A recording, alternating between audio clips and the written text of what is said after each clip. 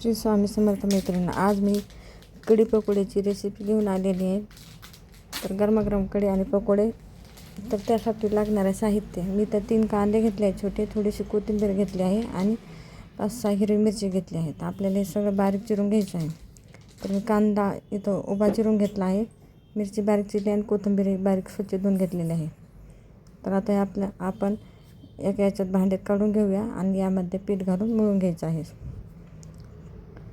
तर मी इथं भाजीच्या पळीने एक मोठी पळी एक पीठ घेतला आणि परत अर्धा पळी पीठ घेतलेलं आहे.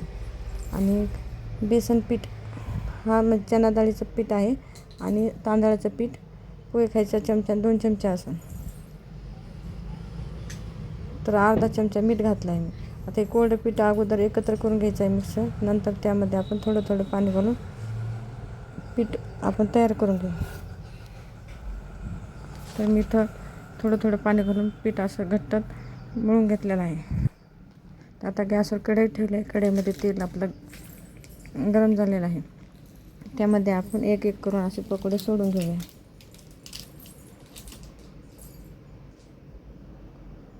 तर बघू शकता तुम्ही, मी छोटे करून असे एक पकोडे सोडत आहे.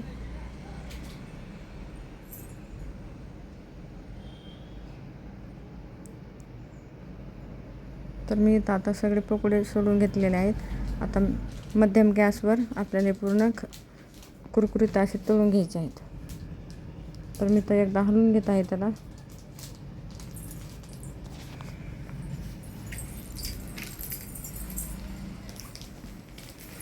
तर बघू शकता आपला पकोड्याचा कलर बदलत आहे.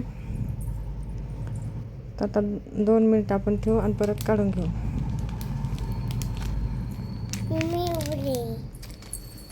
तर आता आपला पकोडे आपले छान मस्त कलर आलेले आहेत, तळलेले आहेत. तर आता काढून घेऊया आपण.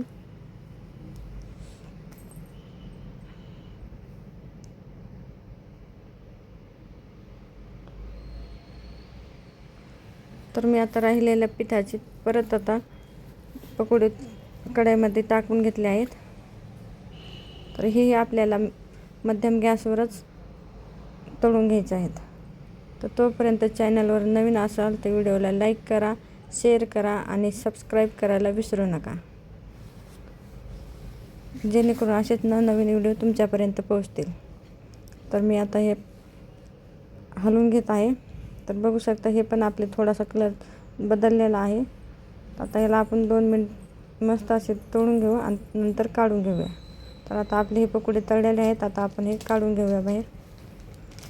तर आता कढीसाठी लागणारं साहित्य, तर मी इथं 5-7 हिरवी मिरची घेतली आहे, कढीपत्ता घेतला आहे थोडासा, 10 ते 12 बारीक लसणाचे कळे घेतले आहेत आणि थोडीशी बारीक चिरलेली कोथिंबीर. तर हे आपल्याला बारीक असं कुटून घ्यायचं आहे. तर मी तर अर्धा चमचा मीठ घालून ठेचा बनवून घेतलेला आहे. तर आता इथं पावशेर दही घेतलं आहे. तर त्यामध्ये छोटा 1 चम्मच मी चणा डाळीचं पीठ घातलेलं आहे. हे आपल्याला पूर्ण मिक्स करून घ्यायचं आहे.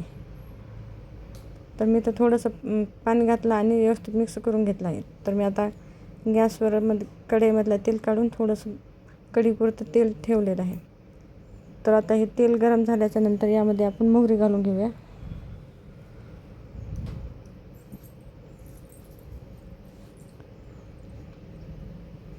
तर आता आपलं तेल गरम झालेलं आहे. यामध्ये मी छोटा 1 चमचा मोहरी घालते. तर आता मोहरी छान तळतळली की आपण त्यामध्ये जिरे घालायचे आहेत. तर मी तर थोडेसे जिरे घातले आहेत. आता आपल्याला कढीपत्ता घालायचा आहे.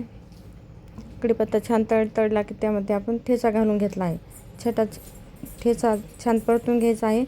त्यामध्ये छोटा 1 चम्मच हळद घालायची आहे आपल्याला. तरी तुम्ही हळद घातली आहे. आता पूर्ण आपल्याला मिक्स करून घ्यायचं आहे छान परतून. आता त्यामध्ये आपण दह्याचं आणि याचं बनवलेलं बॅटर टाकून देऊ. तर मी तो पूर्ण मिक्स केला आहे. आता त्यामध्ये आपण थोडंसं पाणी घालून मिक्स हलवून घेऊ एकदा.